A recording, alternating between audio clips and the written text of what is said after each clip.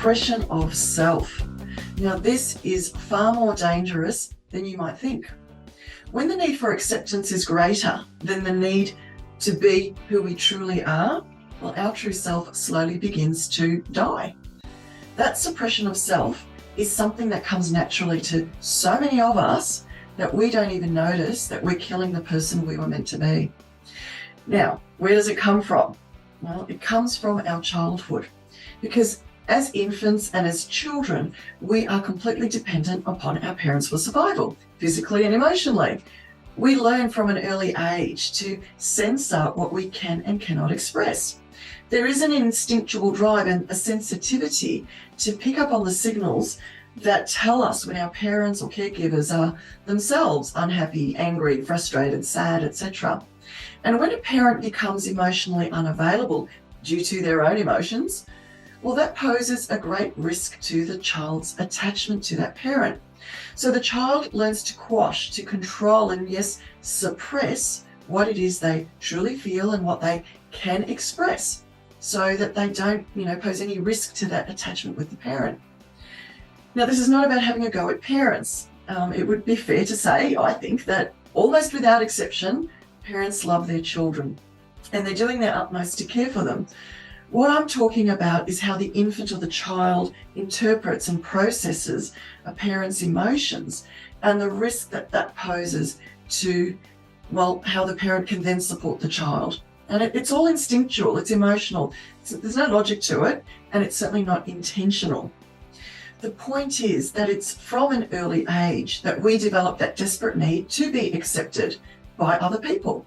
Now, of course, it makes sense for us when we're children because our survival does depend on it.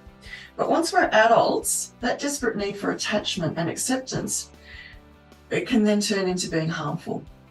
When you cannot be who you are, freely express how you feel, put your needs first, that suppression of self will eat away at you from the inside.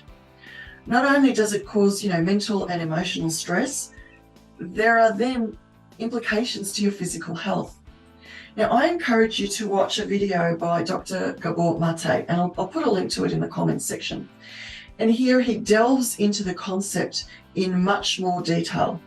He demonstrates, and research-based, he demonstrates the link between suppression of self and the chronic diseases that people in our society battle with today. I do want to put a warning label on it though, so be warned.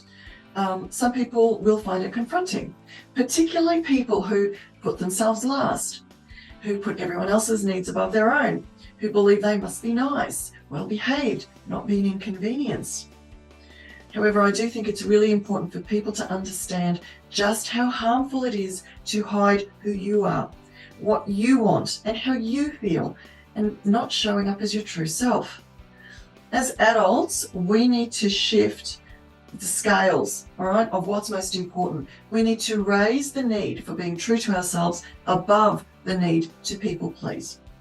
Now, no doubt, once you start standing up for yourself and for your own needs, there are going to be people who won't be happy with those changes. There will be people who will detach from you, and that will hurt.